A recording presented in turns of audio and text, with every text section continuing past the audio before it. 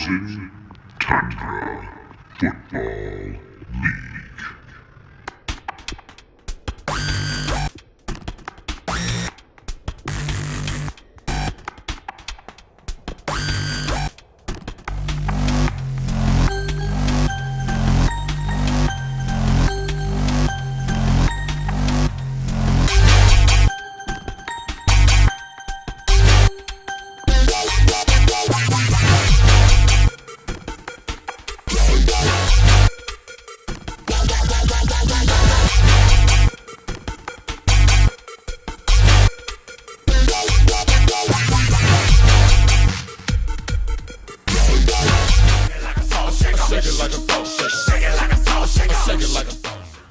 So you lost a couple of the games. Your team had bad luck. Every team has bad luck, my friend.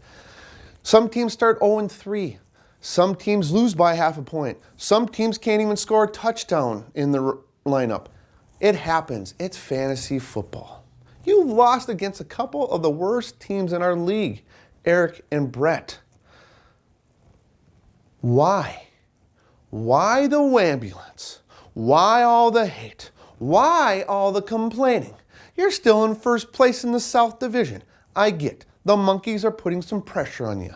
The Monkeys are tied with you in the South Division. You think your team's all high and mighty because you're the king of the FTFL. Well, I'll tell you what, buddy. Tell you what, bro. Tell you what, the king. Don't be salty. Somebody call the wambulance. Nobody call the wambulance. Hello, wambulance. My brother's butt is hurting. Somebody call the wambulance. Does somebody need a wambulance? Do I need to call you a wambulance? Wah, wah, wah, wah. Wah, wah, wah, call the wambulance. A pity party starting any minute. Wah, wah, wah, call the wambulance.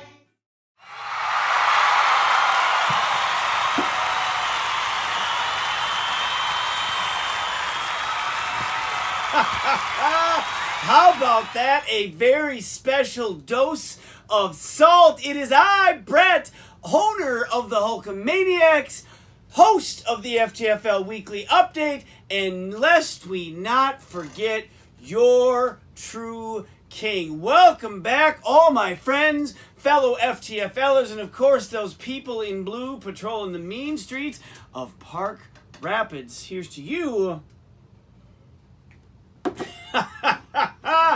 Brought back an oldie, but this week definitely a goodie. My goodness gracious, as we head into week 10 with week 9 in the rearview mirror, one story seems to be taking center stage throughout the league, and it is not the chaos being created by the overworked, underpaid, underappreciated log cabin pizza employees about to riot. No, no, no. It comes from the king of the FTFL, who has been on a verbal tirade of such, running down everyone, including Swart, including anyone who has scored any amount of points in fantasy football seemingly ever, including John, the New York Yankees, and all y'all, Sid Hagen. My goodness gracious. Like Adam said, don't be salty. You finally stopped the bleeding this week. You had lost 3 in a row, but now it seems that your bleeding has stopped, but you are out for blood when it comes to other people. It was going to be interesting to watch down the stretch because, again, this is fantasy football and luck plays a huge part in this, which is why, of course, if you're Ryan Deesum, you are thinking you have the worst luck in the league. As Sid rages on, Deesum's team musters up one more touchdown. That is 9 touchdowns in 6 weeks. Again, only now the 4th touchdown of the 9 that was from a player that wasn't his quarterback. Of course, this week Brissett's in there, hurts his knee right away, gets him a 0. Not going to help.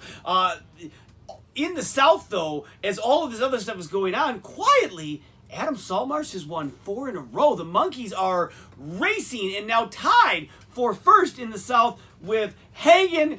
4 wins in a row. A team that did not want to win got a win this week. Mana, 3-time Lucky Pants champion. You still owe me 7 cents. Free Bart. Mana picks up a victory claiming, I didn't want it. I didn't want that victory. Boy, oh boy. Someone who wasn't winning this week was Adam Swart. Andy did win. He is now your new number 1 seed. I have seeds 7 through 10 figured out. Actually, well, really, John would be number 6 going in right now as the last playoff team in. We'll find out who 7 through 10 is, and all of those teams really within a game of the final playoff spot with just 4 weeks to go. The trade deadline is this week, tomorrow night before game time. We'll see if anyone else gets moved in a chaosless world that Adam Swart has created. With that, we go to Adam Swart's games. The overworked, underpaid, underappreciated log cabin pizza employees about to riot, coming in at 7-1, taking on the streaking radioactive monkeys at 4-4. And Swart goes down. For the second time in 3 weeks, the riot has been called off, at least for now. 96 for Adam Saltmarsh, that is. 84 for Adam Swart. Salty comes in. Kirk Cousins, 22. Harrison Butker, 18. Philip Lindsay with the late touchdown puts up 12. DeAndre Hopkins, also late touchdown, puts up another 12. His newly acquired studs, Chris Carson and Godwin, combined for 16.5. A little better than last week. Still probably not what he envisioned when he gave up a first and a second for those two. If you are Swart, a look across this lineup, and we have talked about this in the past, it is a dominant lineup. Mike Evans, the number 1 receiver in all the league, 24 points. Deshaun Watson, the number 2 quarterback in all the league, 18 points. Kenny Golladay, the number 7 receiver in all the league, 20 points. Everyone else was 6.5 or lower, including the number 3 and number 9 running back, Aaron Jones, half point. Leonard Fournette, 6.5 points. Aaron Jones was averaging almost 17 points a week. The difference on this one is 12.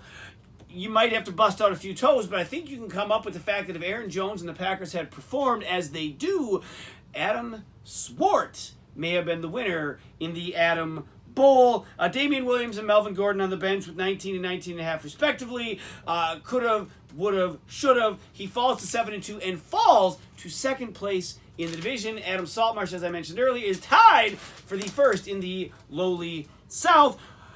Coming out of the South, Pack Attack at 3-5, taking on the Mixin' Cocktails at 7-1. The Mixin' Cocktails, who haven't yet been able to gain and or garner the services of the acquired Alvin Kamara. It is a ragtag bunch of misfits that just keep on winning. And again, this week they did at 84.5 to Eric's 45.5. I laugh and giggle, yet I scored fewer points than that. Matthew Stafford leading the way with 13. Marvin Jones Jr., 18.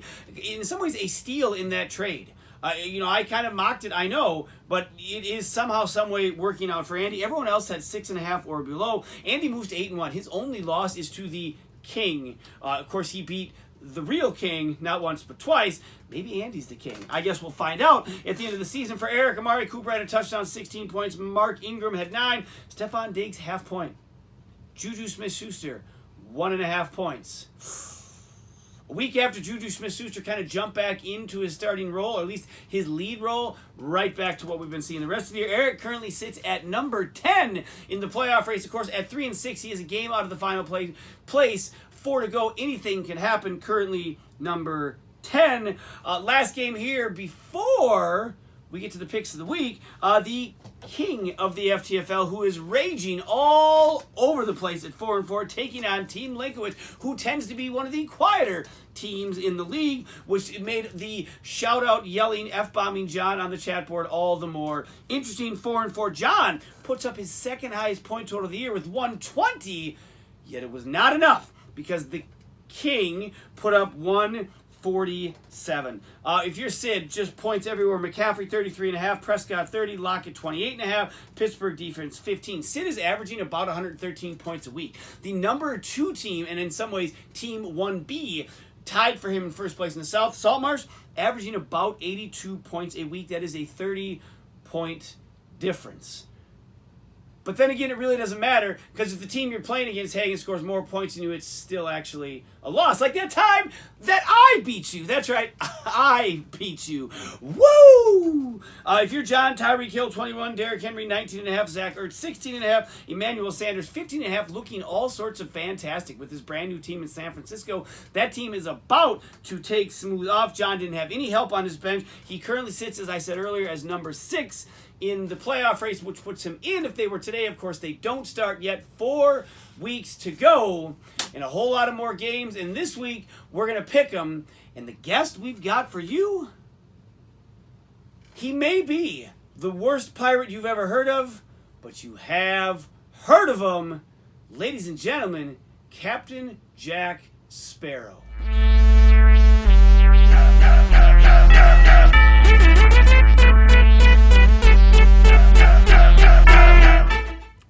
All right, so welcome back to the Picks of the Week, and as I mentioned, my special guest this week is none other than Captain Jack Sparrow. Excuse me, has anyone seen the rum? I'm looking for rum. Is it over this way? Where's the bloody rum? Yes, hello.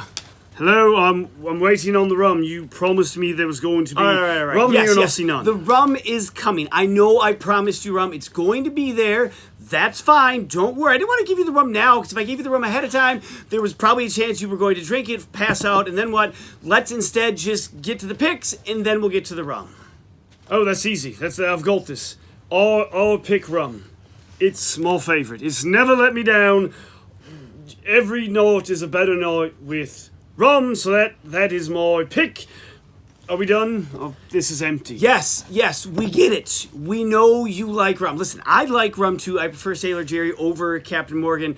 You're going to get your rum. For right now, I'd like to see if we could focus on the actual picks for the games this week. Who do you got? All right, fine. So I'm going to take the king over the architect, even though I really don't like the king. He likes to take his taxes and such. And for now, we'll take the king, and then, of course, we'll steal everything back from him when the time comes. But for now, he's going to win the game this week. That works. That's fine. Now, I know that the king has been a bit testy as of late. We'll see if some of that continues with his longtime friend Matt this week. But that's going to work. How about the next game? Who do you got in that one?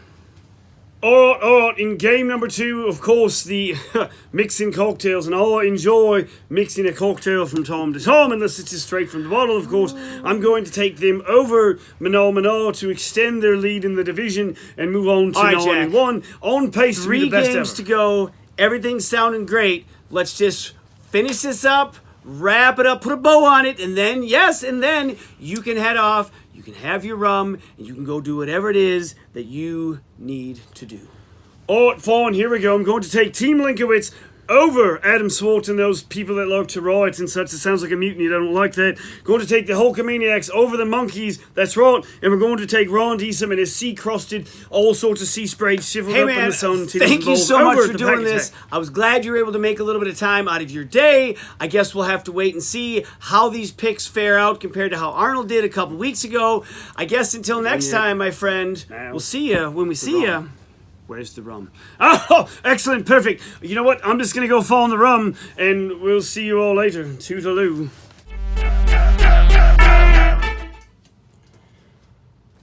Well, you know what? I hope the rum situation has been taken care of.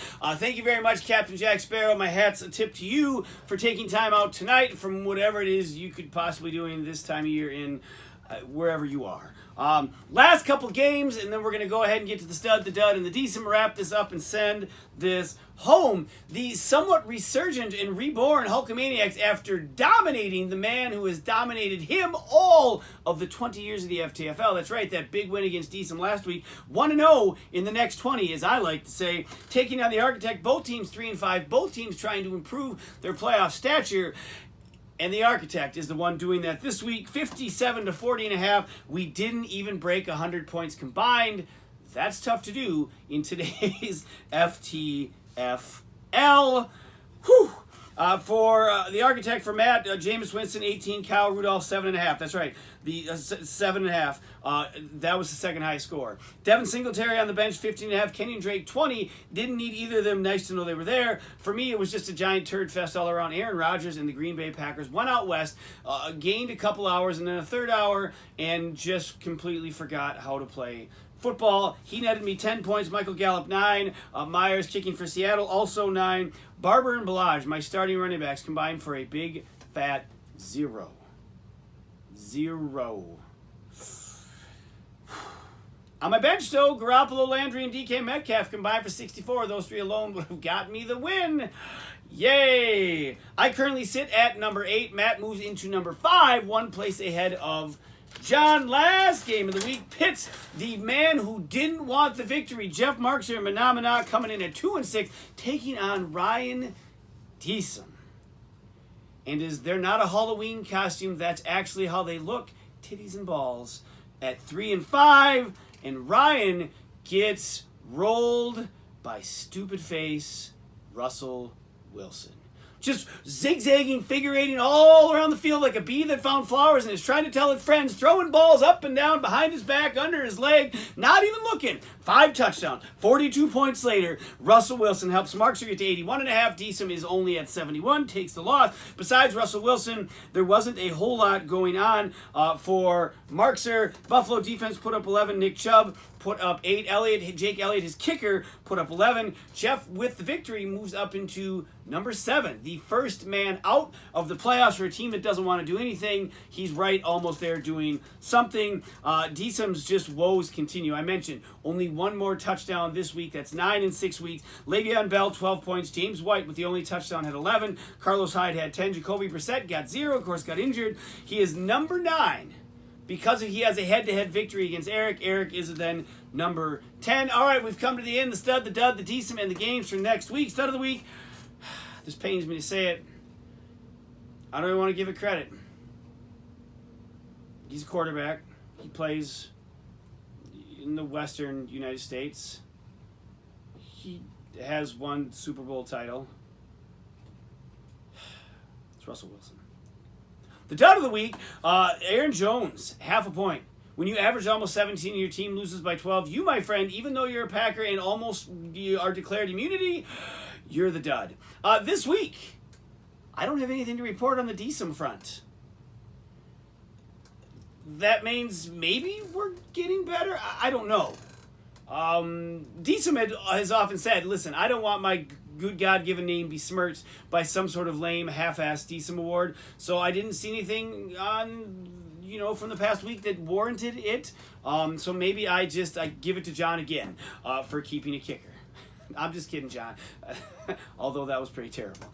All right, we're looking at week 10. If you're the king, by the way, you're 5-4. You're taking on the architect in the Friends Bowl, 4-5. Mixing cocktails, the new number 1 overall seed at 8-1, taking on Mana, 3-time Lucky Pants champ. Mana, 3-6. The overworked, underpaid, underappreciated log cabin pizza employees about to start the riot, maybe once again, coming in at 7-2, taking on Team Linkowitz at 4-5. Hulkamaniacs at 3-6, taking on the Radioactive Monkeys at 5-4. This one is big. Salty wants to stay in first place. I want to get back into the playoff hunt. Neither of us want to say we lost out on the trades.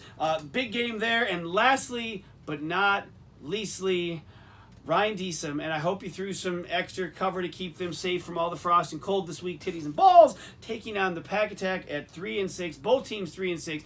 Both teams trying to, climb out of the cellar. I guess we'll wait and see what happens, and that is why we play the game. Thanks for joining me this week. Until next week, peace!